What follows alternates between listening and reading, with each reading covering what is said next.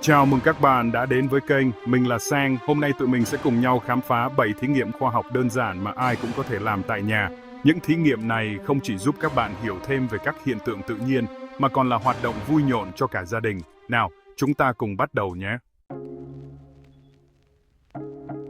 Chào các bạn, hôm nay chúng ta sẽ cùng làm một thí nghiệm khoa học cực kỳ thú vị và dễ thực hiện tại nhà. Đó là tạo mưa trong lỗ thủy tinh. Chúng mình sẽ cùng nhau tìm hiểu xem mưa được hình thành như thế nào ngoài tự nhiên, nhưng với phiên bản nhỏ xíu ngay trên bàn học của bạn.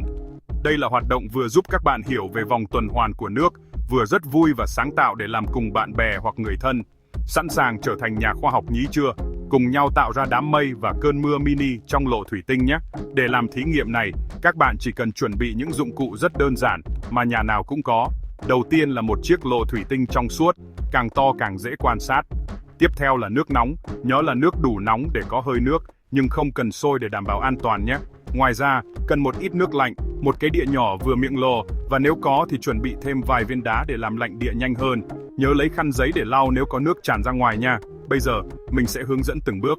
Đầu tiên, các bạn hãy cẩn thận đổ nước nóng vào lỗ, chỉ nên đổ khoảng 1/3 đến 1/2 lỗ thôi để tránh nước bị tràn. Sau đó, lấy cái đĩa nhỏ đã làm lạnh, có thể bỏ đĩa vào ngăn đá hoặc đặt vài viên đá lên đĩa cho thật lạnh. Khi đĩa đã đủ lạnh, nhẹ nhàng đặt lên miệng lỗ sao cho đĩa che kín miệng lỗ.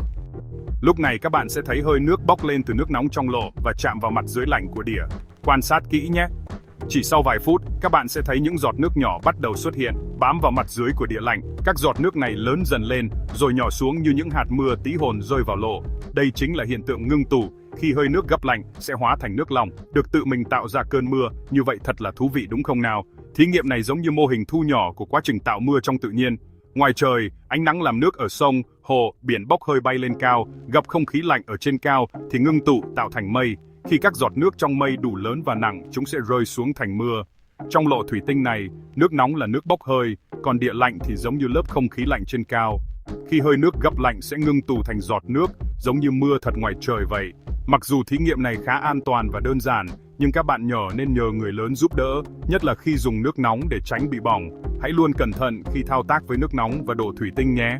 Nếu được, hãy làm thí nghiệm cùng bố mẹ, anh chị hoặc thầy cô để vừa an toàn, vừa vui hơn. Nhớ chuẩn bị khăn giấy để dọn dẹp nếu nước tràn ra ngoài nha.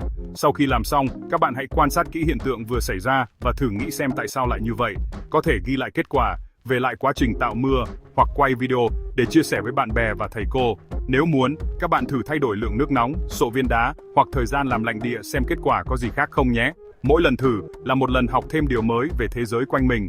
Đừng ngại chia sẻ hình ảnh, video hoặc cảm nhận về thí nghiệm lên mạng xã hội hoặc gửi cho chương trình để cùng lan tỏa niềm đam mê khoa học nha. Chúc các bạn thành công và luôn giữ tinh thần khám phá.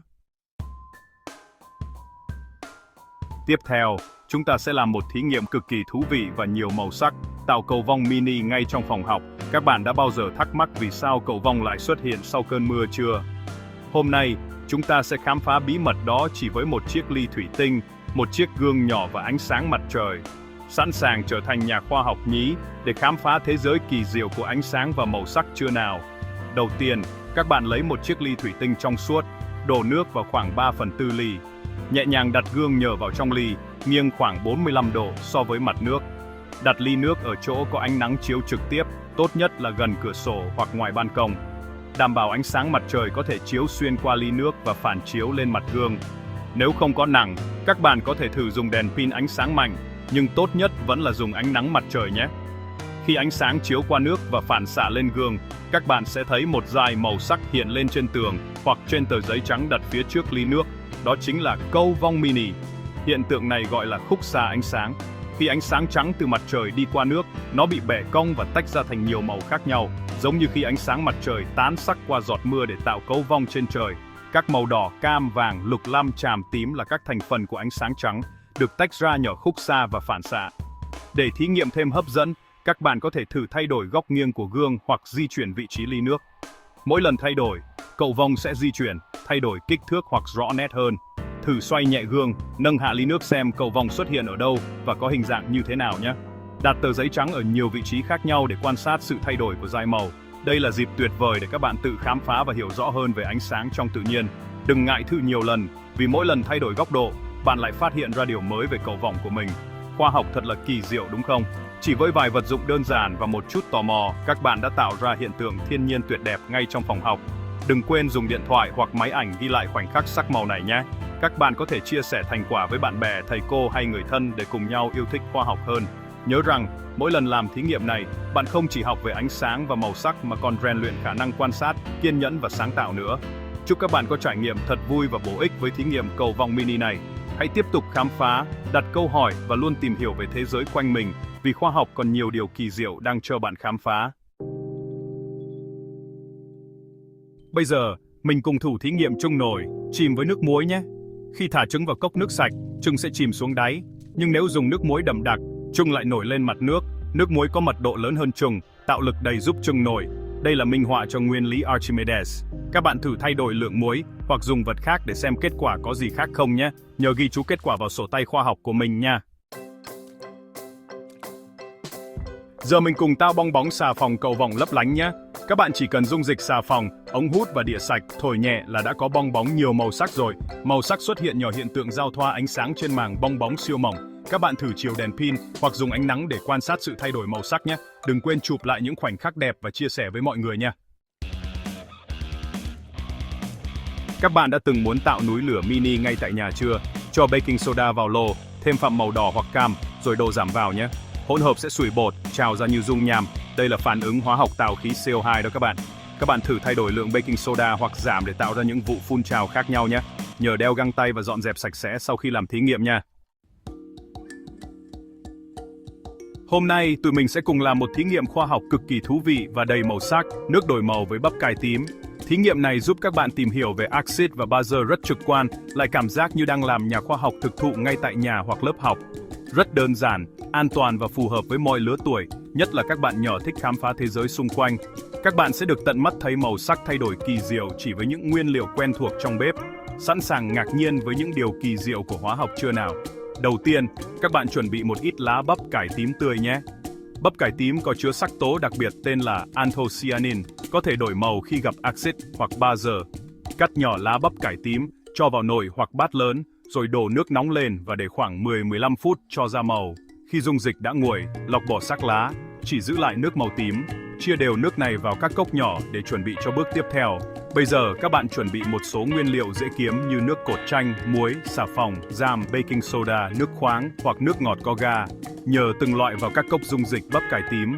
Nhờ nước cốt chanh hoặc giảm vào, dung dịch sẽ chuyển sang màu hồng hoặc đỏ, tức là môi trường axit. Nếu thêm xà phòng hay baking soda, dung dịch sẽ chuyển sang màu xanh lá hoặc xanh dương, đó là môi trường bazơ. Mỗi chất sẽ tạo ra một màu khác nhau, giúp bạn nhận biết tính chất hóa học của chúng. Hãy quan sát thật kỹ và thử đoán xem vì sao lại có sự khác biệt như vậy nhé. Bắp cải tím chính là chất chỉ thị tự nhiên tuyệt vời, giúp các bạn nhận biết môi trường axit hay bazơ qua màu sắc dung dịch. Gặp axit, anthocyanin chuyển sang đỏ hoặc hồng, gặp bazơ thì chuyển sang xanh lá hoặc xanh dương. Nếu dung dịch vẫn giữ màu tím, nghĩa là môi trường trung tính. Đây là minh chứng sinh động cho thấy hóa học rất gần gũi với cuộc sống. Nhờ thí nghiệm này, các bạn hiểu rõ hơn về axit, bazơ cũng như vai trò của chất chỉ thị trong hóa học. Ngoài ra, bạn còn có thể kiểm tra tính axit, bazơ của nước uống, thực phẩm hoặc các dung dịch khác trong nhà. Sau khi xong, các bạn sẽ có một bảng màu hóa học rực rỡ, đủ sắc thái từ đồ, hồng, tím, xanh dương đến xanh lá. Thử sáng tạo bằng màu của riêng mình bằng cách kết hợp nhiều loại chất khác nhau, ghi chú lại kết quả và so sánh với bạn bè hoặc người thân. Các bạn cũng có thể chụp ảnh lại để lưu giữ hoặc chia sẻ lên mạng xã hội.